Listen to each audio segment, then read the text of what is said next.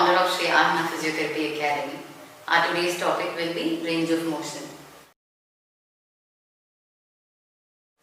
It is a very important and basic topic both for clinical and academic purpose. So getting into the topic proper, it is the most basic technique to examine motion. For initiating movement, to incorporate it into therapeutic intervention, we need to assess this range of motion, and it helps us very much in knowing the structural and soft tissue integrity. Any problem with the structure of joints or the soft tissues, the range of motion will be restricted. Okay? So what happens is, basically we have to talk about the muscle contraction first. How do we get the movement? How are movements possible? We get motor impulses from the CNS, and these motor impulses, what they do is, they help the muscle to contract. Just like flying a kite, when you pull the thread, what happens? You pull the thread closer to you, the kite comes closer to you. The same way, you try to flex this hand. What should actually happen? A muscle should shorten. Okay? The insertion of a muscle is over here, and it shortens to bring the forearm closer. So this is the movement happening. Okay? So this is what happens when a muscle contracts. When it contracts, it produces movement. So how does it contract? It contracts once it receives the impulse from the central nervous system. Okay? So that is what I have mentioned over here. The motor impulses from the central nervous system will help the muscle to contract, and that will produce the movement, and that movement we will incorporate it into functional activities. Okay. So there are few factors that affect the movement of a joint. So factors affecting movement between joints. It can be either the structure of the joint itself or the integrity and flexibility of the soft tissues that pass through the joint. We can describe range of motion as joint range or muscle range. Okay. So getting into joint range, it can be described in terms of flexion, extension, abduction or adduction, or internal rotation or external rotation. So these movements, they can be measured with the help of an apparatus called the goniometer, which has a protractor which will show certain degrees. It will have a movable arm, a stable arm. So with the help of that, you can measure the degrees of these movements. So a joint range can be determined with the help of a goniometer. Okay. And getting to the muscle range, it can be described in terms of functional excursion of the muscle. It is nothing but the distance the muscle can undergo shortening after being lengthened to the maximum. After stretching a muscle, the distance to which it can undergo shortening is called the functional excursion of the muscle.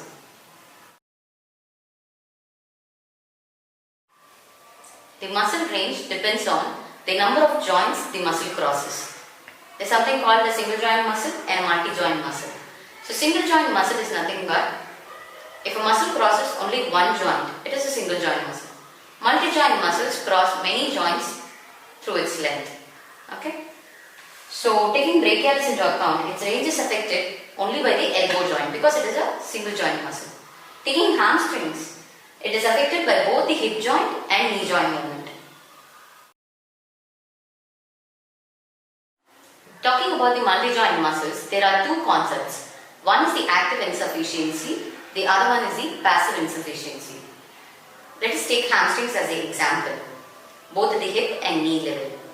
When the knee is flexed and the hip is taken to extension, the hamstrings, what it does is, it shortens to a point where it cannot further contract or produce tension on its other end, that is at the insertion point. So this insufficiency, that is the complete range will not be attained. So this is called as the active insufficiency of that muscle. Going into the passive insufficiency, the hamstrings, when it is fully lengthened, that is in the knee extended position, the hamstrings will be fully lengthened. It will not undergo any shortening. So in this position, if you take the hip into flexion, the hip joint flexion will be limited. So this is called passive insufficiency.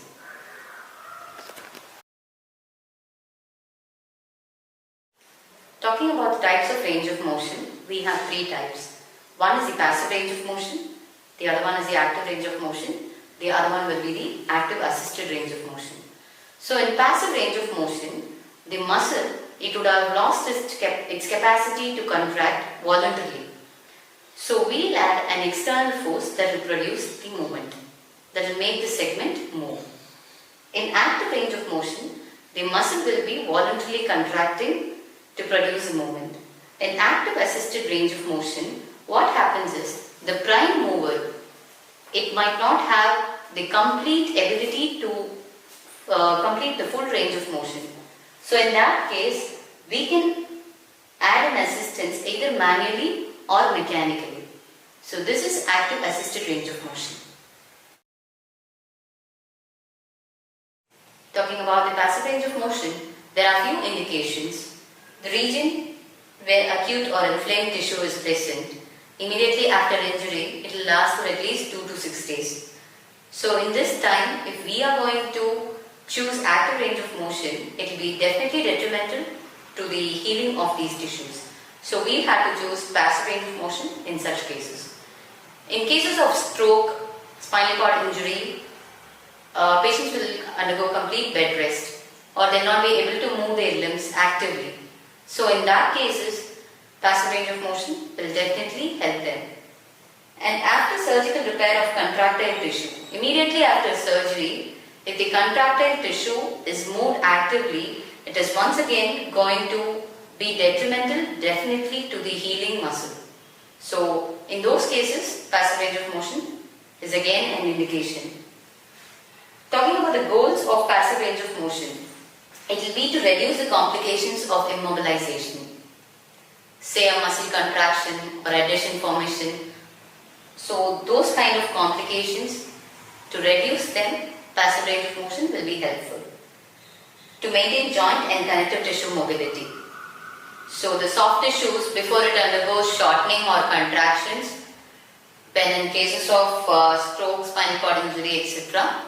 So at that time it can be useful. To maintain the muscle elasticity and to produce awareness of movement. When a person is not able to voluntarily contract and produce movement in cases of stroke, he might forget or he might not be aware of the movement.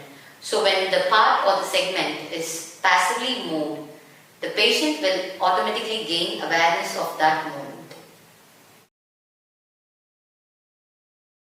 Talking about the uses of passive range of motion, it will be used to examine the joint range, the muscle flexibility, and to demonstrate the movements, and as a pre-stretching manner you can use it. And then talking about the limitations, it will not prevent muscle atrophy, it will not increase the muscle strength or endurance, and it will not improve the circulation as it occurs when an active voluntary muscle contraction occurs. Talking about the goals of active range of motion and active assisted range of motion, both goes hand in hand. It improves and maintains the elasticity of the contracting muscle. It gives a sensory feedback from the muscle that contracts, and it helps in preventing the thrombus formation by improving the circulation, and then it develops coordination and motor skills in specific movement patterns.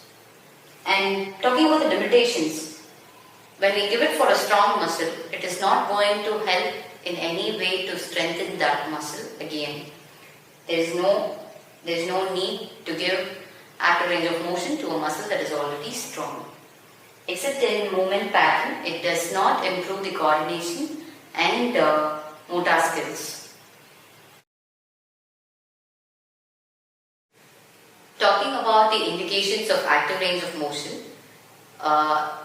it is to facilitate the active muscle contraction, which will in turn increase the circulation and prevent all the effects of a part being in sustained posture.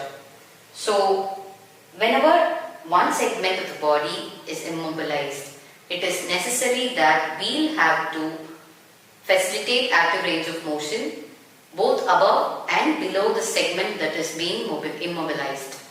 Okay, and then it is used for aerobic conditioning. The active range of motion, it helps in better aerobic conditioning and to relieve stress from sustained postures. Whenever we undergo sustained postures, it is very important for us to move the part actively so that the circulation improves, and there are few complications like thrombus formation which will take its account whenever a part is immobilized. And talking about the active assisted range of motion. When a muscle is weak and not able to move through desired range, this type of active assisted range of motion exercises will help. And it will help in progressive strengthening when the patient gains control over the muscle. That is, when the patient can actively contract to the desired range. Strengthening will take place if we add up manual or mechanical resistance. So those kind of exercises, they'll help in improving the functional activities. So okay. இப்போ நம்ம ஃபுல்லாக இன்னைக்கு பார்த்த டாப்பிக்கோட synopsis பார்ப்போம். நம்ம பார்த்த topic range of motion.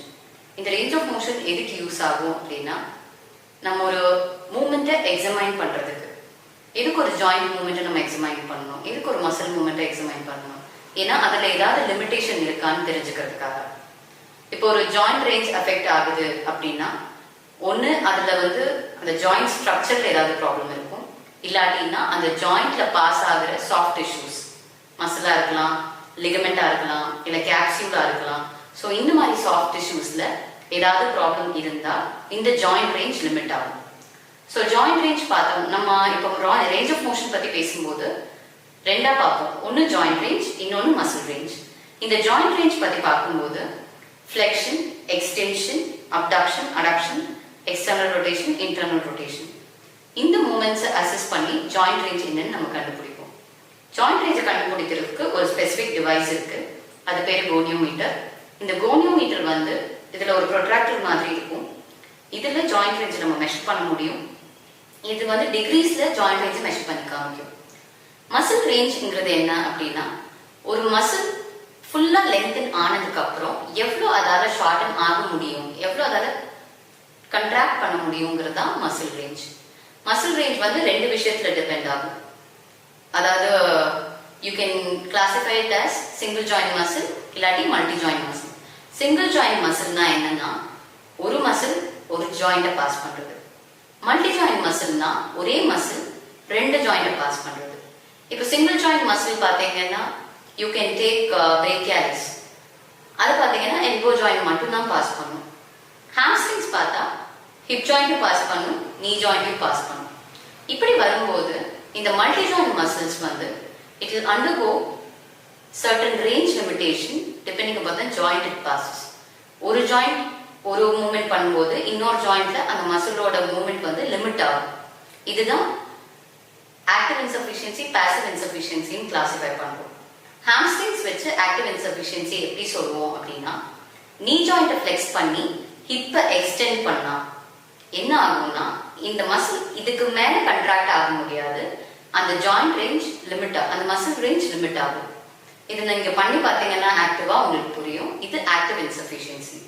Passive இன்சஃபிஷியன்சில என்ன ஆகும்னா, நீ எக்ஸ்டெண்டட் பொசிஷன்ல இருக்கும்போது, காலை நீட்டி வைக்கும்போது ஹாம்ஸ்ட்ரிங்ஸ் ஃபுல்லா லென்தன் பொசிஷன்ல இருக்கும். ஸோ இப்படி இருக்கும்போது ஹிப்பை ஃப்ளெக்ஸ் பண்ணா இது பாசிவா அந்த ஹிப் ரேஞ்சை லிமிட் பண்ணும். இதையும் ட்ரை பண்ணி பாருங்க. நீ எக்ஸ்டெண்ட் பண்ணி இப்போ ஃப்ளெக்ஸ் பண்ண ட்ரை பண்ணுங்க, அந்த ரேஞ்ச் லிமிட்டடாக தான் இருக்கும். ஸோ இது பாசிவ் இன்சஃபிஷியன்சி.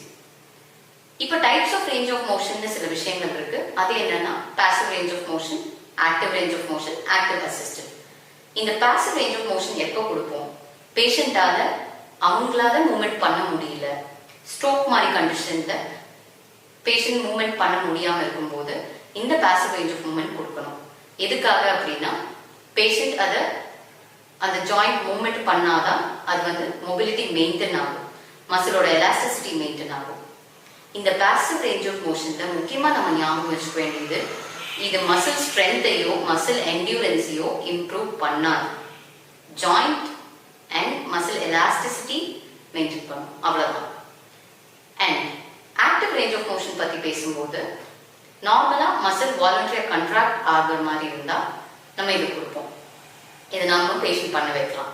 ஸோ இது வந்து ஏரோபிக் கண்டிஷனிங் மாதிரி அந்த மாதிரி டைம்ஸ்ல யூ கேன் யூஸ் தட்.